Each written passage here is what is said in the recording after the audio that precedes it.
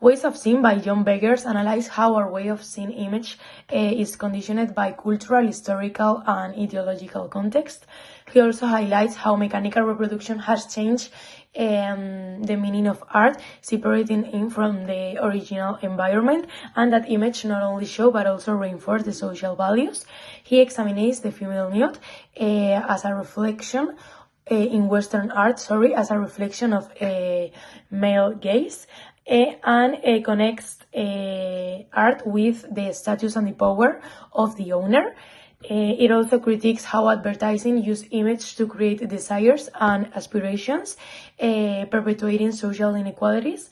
And overall, the book invites us to question how we interpret image and to understand their role in contemporary society. John Berger's way of seeing reviews how visual culture shapes perceptions and reinforces power dynamics. This is a concept that is still relevant in today's media. His idea of the male gaze describes how women are often seen as objects, and this is still visible on platforms like TikTok and Instagram, where beauty standards are being promoted, and images that match these ideals are rewarded with likes and shares, and this pushes people to change how they look for approval from others.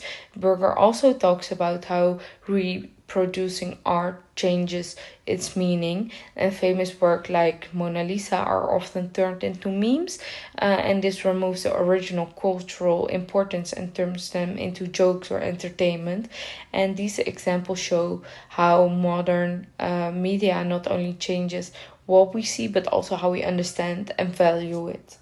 In my personal life, the media that I consume definitely has an impact on the way I behave and tailor myself to fit more society standards. For example, during the pandemic, at least in the United States, we were seeing a lot of like alternative styles, but now with the rise of TikTok and these beauty companies sort of monetizing off of insecurities and pushing a certain look, people are pivoting, and me personally also, towards a more clean girl, classy look.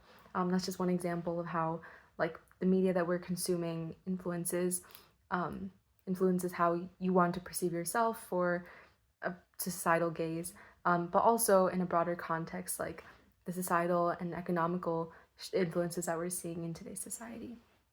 In our last lecture, we studied audience studies and cultural studies, particularly Stuart Hall's encoding and decoding model, which highlights how audiences interpret the media based on cultural context, resulting in dominant, negotiated, or oppositional readings.